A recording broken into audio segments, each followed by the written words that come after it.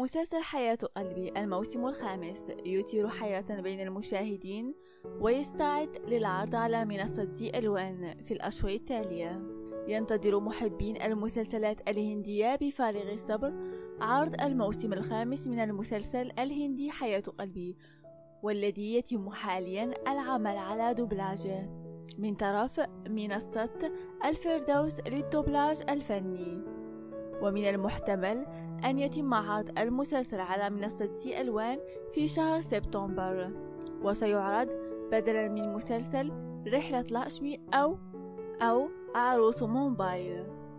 يعتبر مسلسل حياة قلبي إحدى أشهر المسلسلات الهندية المعروفة عالميا، ويتميز بأحداثه الدرامية المتميزة والأداء الفني، وبالإضافة إلى التصوير الجميل والمبهج. ويروي المسلسل قصة حب بين بطلين يواجهان العديد من الصعوبات والتحديات في الحياة، ويعيشان العديد من المغامرات والأحداث الرومانسية والدرامية.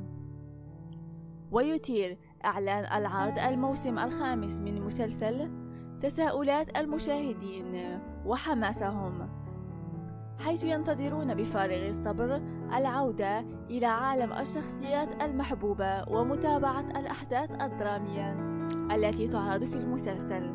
ومن المحتمل أن يحصد المسلسل نجاحا ضخما ويحظى بحضور واسع من المشاهدين مثل ما حدث مع المواسم الأخرى.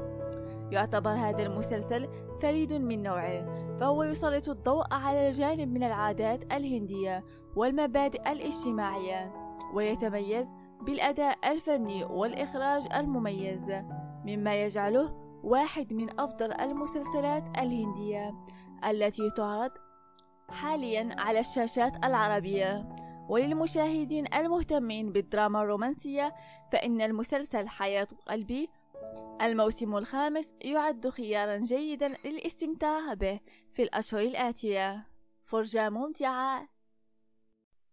شكرا لمتابعتكم لهذا الفيديو، ونأمل أن يكون قد نال إعجابكم. نحن في قناة دراما هندي تجمعنا نسعى دائما لتزويدكم بأحدث الأحداث والأخبار المثيرة حول مسلسلاتكم المفضلة. إذ كان لديكم أي تعليقات أو أسئلة فلا تترددوا في تركها لنا في قسم التعليقات أسفل الفيديو، ولا تنسوا الاشتراك في قناتنا وتفعيل الجرس ليصلكم كل جديد. شكرا لكم مرة أخرى، ونتطلع للقائكم في فيديوهات قادمة.